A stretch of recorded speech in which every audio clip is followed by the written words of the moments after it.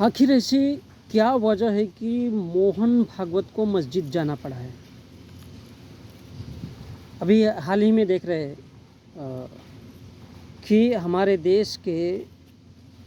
Mohan Bhagwat RSS प्रमुख वो मस्जिद में जाकर के कुछ लोगों से मुलाकात करते हैं और उसी दिन कुछ लोगों के ऊपर में छापे भी पड़ रहे हैं। तो इसके बहुत सारे रीज़न हैं कि जब आरएसएस अगर किसी चीज़ पर प्रहार करता है या आरएसएस कोई ऐसी बड़ी नौटंकी करता है जिसके आड़ में कहीं ना कहीं हिंदुत्व ही नज़र आता है, कि उसके साथ साथ उसके पैरेलल बीजेपी उसको अलग तरह से भुनाती है। देश में दिखाया तो जाता है कि आरएसएस अब नरेंद्र मोदी के साथ में नहीं है या बीजेपी के साथ में नहीं है, लेकिन सच्चाई ये है कि आरएसएस बीजेपी के लिए या 2024 के चुनाव के लिए बहुत बड़ी भूमिका निभा रहा है। तो हमको ये जानना ज़रूरी है कि मोहन भागवत को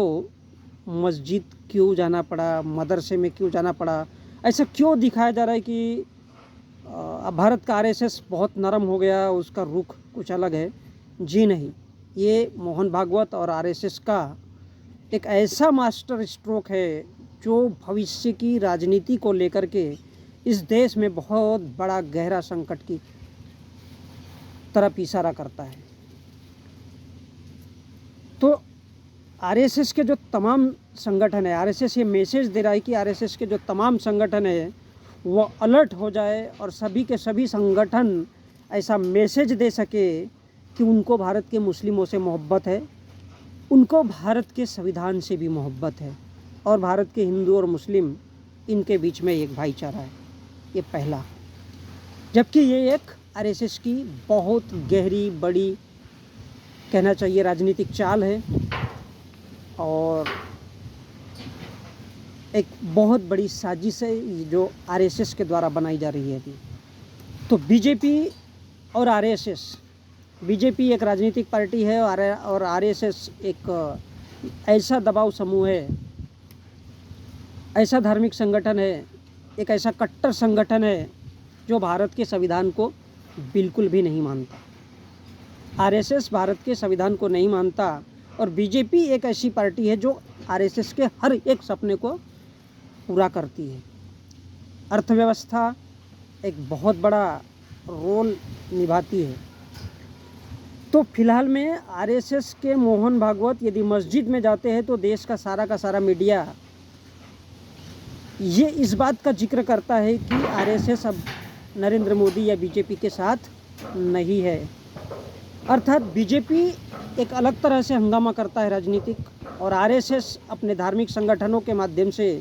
एक अलग रास्ता बनाता है और दोनों भी पैरेलल होकर के इस देश के मीडिया में, इस देश की जनता में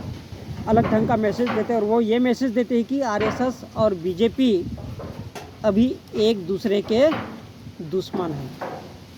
जबकि ये आरएसएस का बहुत बड़ा दिखावा है। सच तो ये है कि आरएसएस बीजेपी के लिए काम करता है और बीजेपी आरएसएस के लिए काम करता है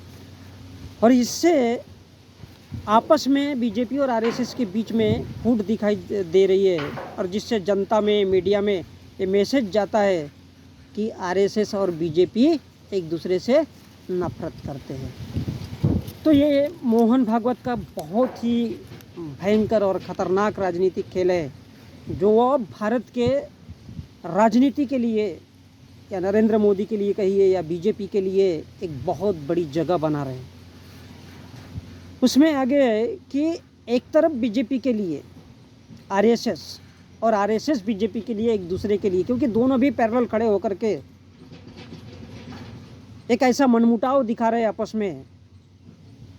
जिससे जनता को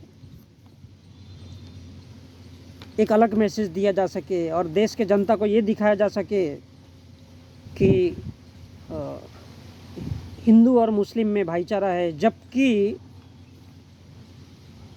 इन दोनों के बीच में इनको वापस लड़ा करके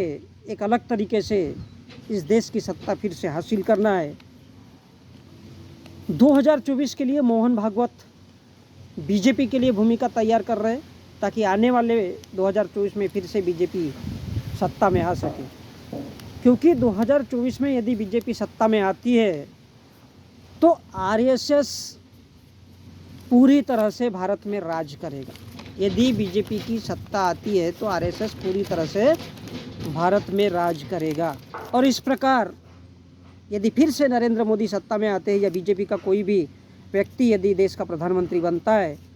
तो संसद भंग कर दी जाएगी। और भंग होने के साथ साथ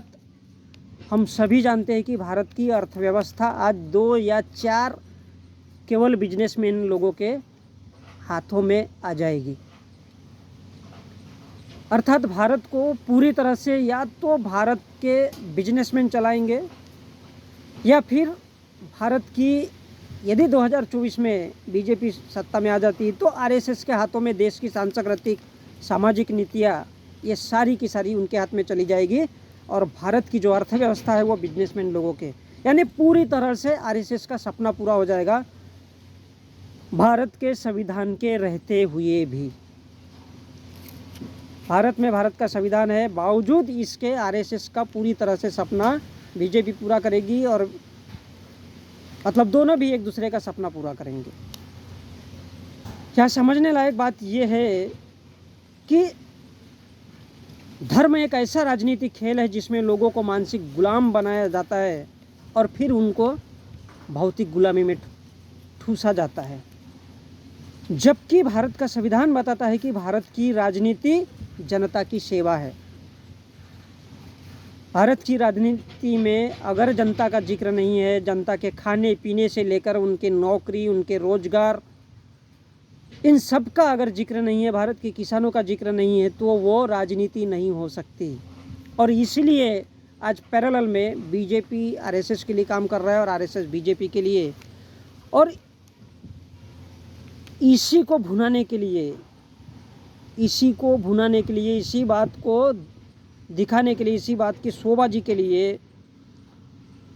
ये मोहन भागवत ने मैसेज दिया है कि उनसे जो जुड़े हुए संगठन है जैसे बजरंग दल, एबीवीपी, बीएमएस,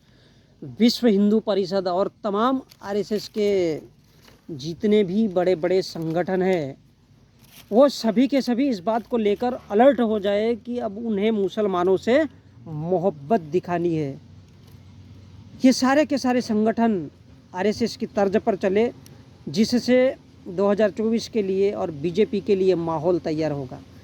जिसमें विश्व हिंदू परिषद, आरएसएस और एबीवीपी सारे के सारों के लिए ये एक सीख मोहन भागवत ने तैयार किया है, सीख दिया है। आरएसएस हो या बीजेपी, दोनों ही पैरेलल होकर के जब आपस में आरएसएस कहेगा कि हम बीजेपी से अलग हो गए क्योंकि बीजेपी की एक अलग विचारधारा पर जा रही है, तो ये जो नौटंकी मोहन भागवत जी जो कर रहे हैं, ये आरएसएस हो या बीजेपी हो, दोनों ही पैरेलल होकर के देश की जुबा में रहेंगे, देश के मीडिया में रहेंगे, देश की जनता के ज़बान पर रहेंगे और इस देश की जनता पर उनके सामने सारे के सारे यही मुद्दे उठाते रहेंगे। और इसलिए मोहन भागवत को मस्जिद जाने की ये नौटंकी करनी पड़ी, क्योंकि 2024 में बीजेपी फिर से सत्ता में आ सके और बीजेपी एक ऐसा माहौल आरएसएस के लिए तैयार करके दे जिससे भविष्य में संसद भंग होकर सांस्कृतिक, सामाजिक ये सारी की सारी नीति आरएसएस के पास जाए और ये देश फिर से भारत के संविधान के रहते हुए भी एक ऐसे गुलामी के मोड़ पर ले जाया जा सके। तो मैं संजय, जय भीम, जय भारत, जय संविधान।